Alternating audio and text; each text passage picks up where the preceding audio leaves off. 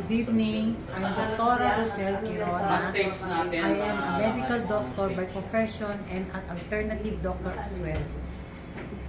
I had a stroke secondary to COVID last September last year, and this time I can move my left hand because I'm taking Immuking. I consume 2 bottles of this Immuking. I'm taking it 2 capsules 4 times a day. 2 capsule 4 times a Yes, 2 day. capsules 4 times a day. It depends on the severity or chronicity of your disease. Ano bang naramdaman mo before, Doc?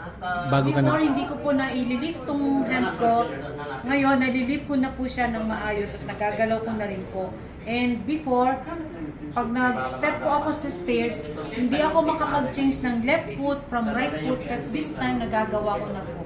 And tumaas din po yung aking immune system and yung cognitive function ng brain, ay nakikita ko na rin po na may improvement. Before, mas madalas ako nagkakaroon ng pagkakamalimutin or sinasabi natin na Alzheimer's, pero dementia, pero ngayon po ay nabawasan na po yun. Yan, so I am endorsing you.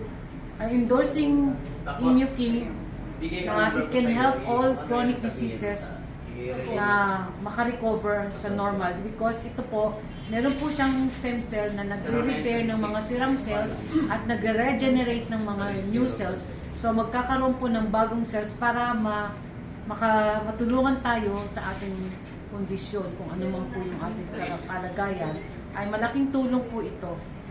Sana po, huwag kayong mag-second thought na mag-take nito. It will help us a lot. Lalo na po sa sitwasyon natin ngayon na maraming mga karamdaman na hindi natin nalalaman.